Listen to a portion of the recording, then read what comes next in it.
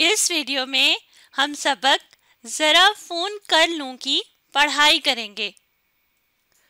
جب تک آپ کے گھر میں ٹیلی فون نہ ہو آپ کبھی اندازہ نہیں کر سکتے کہ آپ عوام الناس یعنی عام لوگوں بالخصوص خاص طور پر اپنے محلے والوں میں کتنے مقبول یعنی مشہور ہیں۔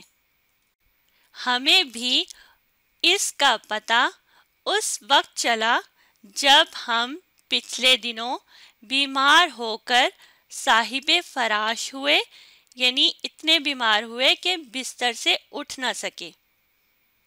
شیخ نبی بخش تاجر چرم یعنی چمڑا بیچنے والا ہمارے محلے دار ہیں۔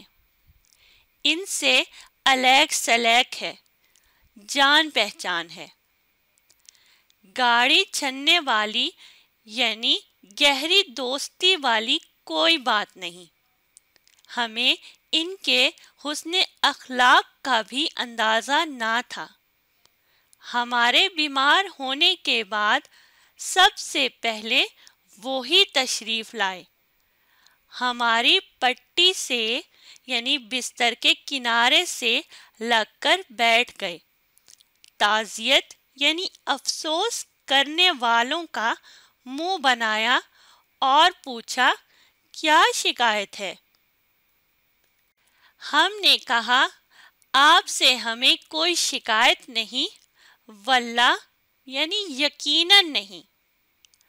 فرمانے لگے میں تو آپ کی بیماری کا پوچھ رہا ہوں۔ تب ہم نے بتایا کہ معمولی کھانسی ہے، بخار ہے۔ بولے اس کو معمولی نہ جانیے گا، میری بیوی کے بھانجے کو بھی یہی عارضہ یعنی بیماری تھی، آپ ہی کی عمر کا رہا ہوگا، یعنی آپ کی ہی عمر کا ہوگا۔ حق مغفرت یعنی اللہ تعالیٰ، حق کا مطلب ویسے سچ ہوتا ہے لیکن یہاں مراد ہے اللہ تعالیٰ اسے معاف کرے۔ عجب آزاد مرد تھا، یعنی بہت خلوص والا تھا۔ مر گیا؟ ہم نے بوکھلا کر یعنی گھبرا کر پوچھا۔ فرمایا ہمارے لیے تو مر ہی گیا، سب کچھ چھوڑ چھاڑ کر کینیڈا چلا گیا، وہاں سنا ہے شادی کر لی، ہمیں تو اب خط بھی نہیں لکھتا۔ ہم نے حیات تازہ پا کر یعنی نئی زندگی پا کر اطمینان کا سانس لیا۔ کچھ رشک یعنی کچھ معاف کیجیے گا خوش قسمتی پر فخر ان کی بیوی کے بھانجے کی قسمت پر ہوا، یعنی وہ اتنا خوش قسمت تھا اس پر مجھے فخر ہوا۔ یہاں ایک مذاق کا انداز بھی لیا جا رہا ہے کیونکہ اوپر ہم نے پڑھا کہ جو پوچھنے کے لیے طبیعت پوچھنے کے لیے آیا تھا وہ صرف معمولی کھانسی کو بھی بہت زیادہ بڑھا چڑھا کر بیان کر رہا تھا، تو یہاں ایک مزاحیہ انداز اختیار کیا گیا ہے اور اس طرح سے بات کی گئی ہے۔ بہرحال ہم نے ان بزرگ سے کہا کہ آپ نے ناحق مزاج پرسی کے لیے آنے کی زحمت یعنی تکلیف فرمائی، بہت بہت شکریہ۔ اٹھتے اٹھتے اتفاق سے ان کی نظر ہمارے فون پر پڑ گئی۔ بولے اپنی دکان پر فون کر لوں؟ جو شخص اتنی محبت سے حال پوچھنے آئے اس سے کیا دریغ یعنی انکار ہو سکتا ہے؟ ہم نے کہا شوق سے کیجیے۔ وہ گئے ہی ہوں گے کہ ریٹائر تھانے دار اور حال ٹھیکیدار میر باقر علی سندھیلوی لٹھیاں ٹیکتے آئے، معاف کیجیے گا لٹھیا ٹیکتے یعنی لاٹھی یا اپنی چھڑی کو لے کر آئے، چھڑی کے سہارے پر چلتے ہوئے آئے۔ بولے سنا تھا آپ کے دشمنوں کی طبیعت ناساز یعنی خراب ہے، یہ پوچھنے کا ایک انداز ہوتا ہے۔ ہمارے دشمنوں کی تو نہیں، ہمیں ضرور کھانسی بخار ہے، ہم نے وضاحت کی۔ نہایت شفقت یعنی محبت سے ہماری نبض ٹٹولتے ہوئے، ہاتھ لگاتے ہوئے، جسے ہم چیک کرتے بھی کہتے ہیں، ٹٹولتے ہوئے بولے، کچھ دوا دارو کرو، یعنی کچھ علاج کرو، اپنا احتیاط کرو۔ تم جیسا ادیب یعنی ادب سکھانے والا اور انشا پرداز یعنی مضمون لکھنے والا کم از کم ہمارے میں تو کوئی اور نہ ہوگا۔ کوئی ہرج مرج یعنی نقصان ہو گیا تو ادب کو ناقابل تلافی جو پورا نہ ہو سکے نقصان پہنچ جائے گا۔ اگر کوئی اونچ نیچ ہو گئی تو پھر ایسا نقصان ہو جائے گا جو پورا نہ ہو سکے۔ انہوں نے کچھ کہا، ہم اپنی وحشت میں کچھ اور سمجھے۔ وحشت کا مطلب ہوتا ہے گھبراہٹ۔ ہم اپنی گھبراہٹ میں کچھ اور سمجھے۔ چنانچہ بآواز بلند اس پر ہمارے ایک دوست نے جو ہمارے پاس بیٹھے تھے ہمیں جھنجھوڑا، پکڑ کر ہلایا اور میر صاحب سے معذرت کی یعنی معافی مانگی کہ معاف کیجئے، یہ شخص یوں ہی بہکی باتیں کیا کرتا ہے، یعنی الٹی سیدھی باتیں کرتا ہے۔ آپ کی مزاج پرسی کا شکریہ۔ اس پر انہوں نے فرمایا کہ مزاج پرسی تو ہمارا بحیثیت مسلمان اور ہم محلہ ہونے کے عین فرض تھا، اس میں زحمت کی کوئی بات نہیں۔ پھر اٹھتے بولے، میرا لڑکا نالائق صبح سے بھٹے پر گیا ہوا ہے، یہاں میں اینٹوں کے ٹرک کا انتظار کر رہا ہوں، اجازت ہو تو اسے فون کر لوں؟ شوق سے کیجئے، ہم نے کہا، آپ ہی کا فون ہے۔ اس کے بعد پروفیسر کے بخش کے آنے کی اطلاع ہوئی۔ کے بخش ایک نام ہے، نام کریم بخش ہے، اور پروفیسر بننے سے پہلے ہمارے ایک عزیز کے ہاں خانسامہ تھے، یعنی کھانا بنانے کا کام کرتے تھے، باورچی تھے۔ ان کی راہ و رسم یعنی ملاقات ہم سے انہی دنوں سے ہے۔ آئے، بیٹھے، ہمارا حال پوچھا، پھر ہمارے ڈاکٹر کا نام پتہ دریافت کیا یعنی پوچھا۔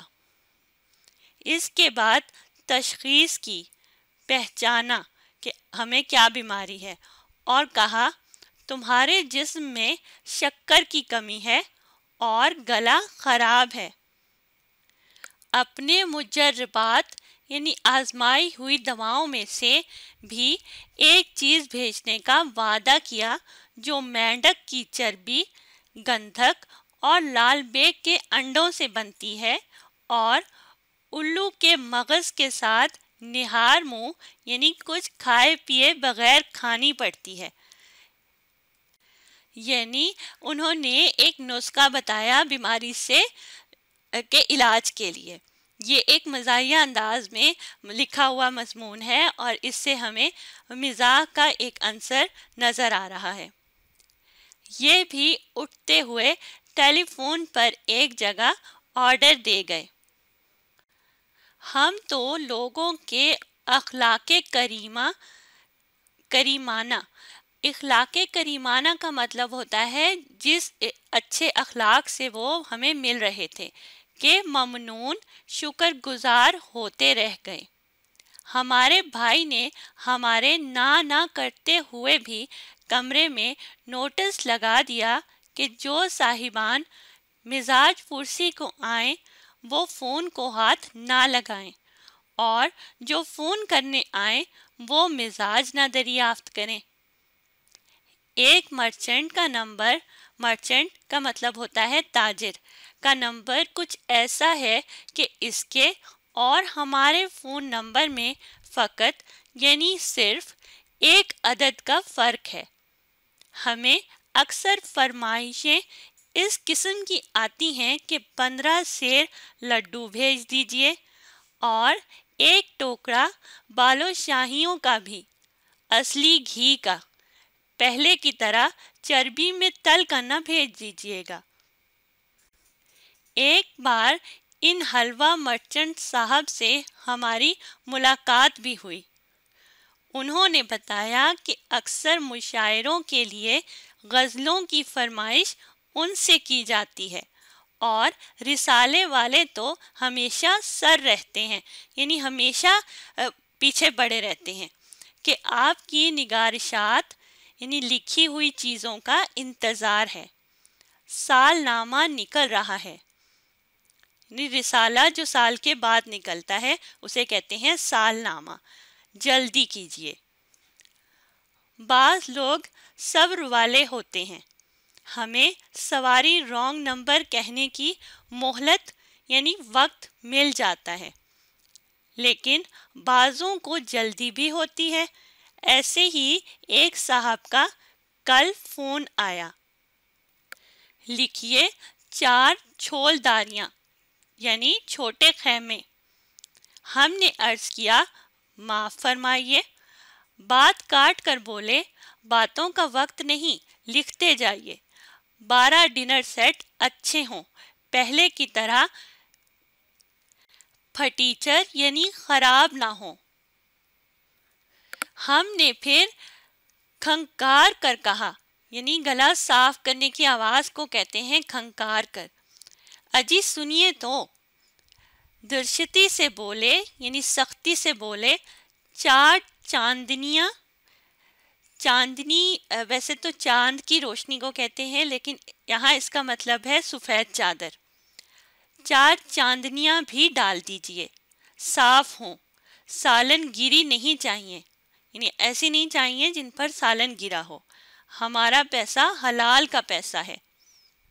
ہم نے پھر کچھ کہنا چاہا، لیکن ادھر سے حکم ہوا کہ پہلے ان کی فرمائش نوٹ کی جائے پھر بات کی جائے۔ 18 ڈونگے، 72 پلیٹیں، 5 لالٹینیں، 150 چمچے، 10 جگ۔ ہم سب لکھتے گئے۔ جب وہ ذرا دم لینے کو رکے یعنی تھوڑی دیر کے لیے رکے تو ہم نے کہا قبلہ یعنی محترم، ہم فقیر آدمی ہیں، ہم اتنی ساری چیزیں کہاں سے لائیں گے؟ ادھر سے سوال ہوا، آپ حاجی چراغ دین اینڈ سنز نہیں کیا؟ ہم نے کہا جی نہیں، کاش ہوتے۔ بھڑک کر بولے آپ نے پہلے کیوں نہ کہا؟ بھڑک کر بولے یعنی غصے سے بولے کہ آپ نے پہلے کیوں نہ کہا، اچھے آدمی ہیں آپ۔ یہاں یہ مضمون مکمل ہو گیا ہے اور نیچے ان کے مصنف کا نام لکھا ہے، ابن انشا، جنہوں نے یہ مضمون لکھا ہے ایک طنز و مزاح کے انداز میں۔ معاف کیجیے گا، طنز و مزاح کا انداز اس سبق میں یا اس مضمون میں اختیار کیا گیا ہے۔ اب آپ نے اس ویڈیو کو دوبارہ دیکھنا ہے اور ساتھ ساتھ پڑھنے اور سمجھنے کی کوشش کرنی ہے۔